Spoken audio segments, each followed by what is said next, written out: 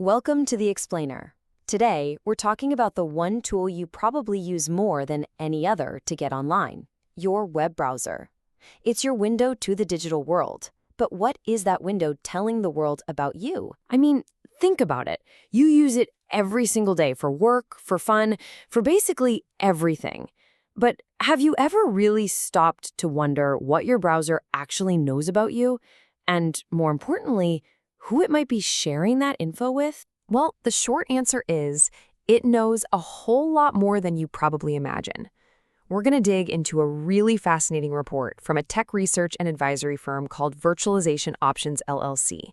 They've laid out all these surprising and, frankly, kind of invisible ways you can be identified online just by doing your thing. Okay, let's get right into it. We're going to start with the basics, the digital breadcrumbs that leave a pretty clear trail and that you've probably heard of before. First up is the most straightforward one, your browsing history. This is literally what it sounds like, a logbook of every single website you go to. And yeah, it's handy for finding that article you read last week, but it's also a super detailed map of your interests and habits. Then we've got cookies and local storage.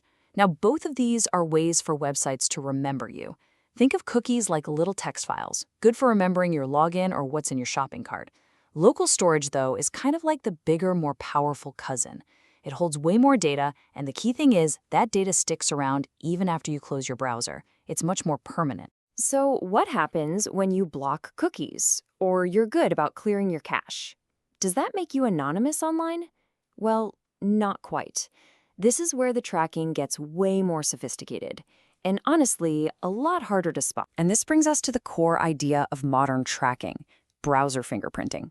This is a really powerful technique that, get this, doesn't need cookies at all. Instead, it creates a unique ID for you just by looking at the specific characteristics of your browser and your computer. So how is this fingerprint even made? It's a surprisingly simple process, really. A website basically just asks your browser, "Hey, tell me about yourself." Your browser then lists off a whole bunch of its settings. That combination of details is so specific, it creates a unique ID, your fingerprint, but can be used to follow you all over the web.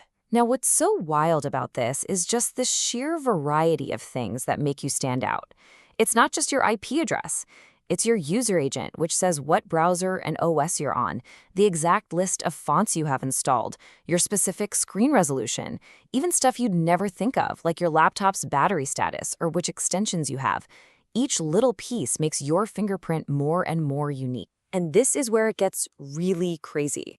The tracking can go so deep that websites can identify you just by tiny variations in how your specific hardware draws a hidden graphic.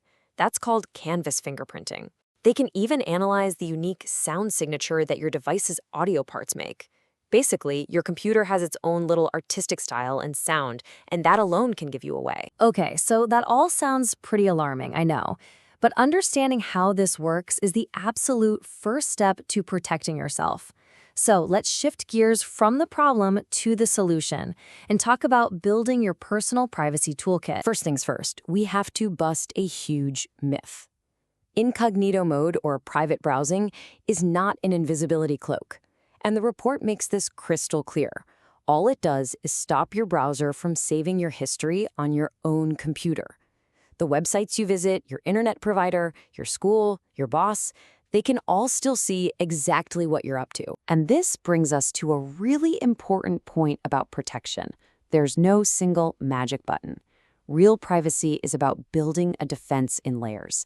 It's a mix of tools and habits.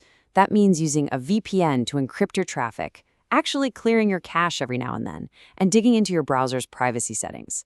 Or you could go a step further and switch to a privacy-first browser like Firefox or Brave. You know, people often ask about VPNs versus proxy servers, and the difference is really important. A proxy is just a middleman. It hides your IP address, but that's about it. A VPN, a virtual private network, does so much more. As you can see here, it creates a secure encrypted tunnel for all of your internet traffic. It's a much, much more secure way to go.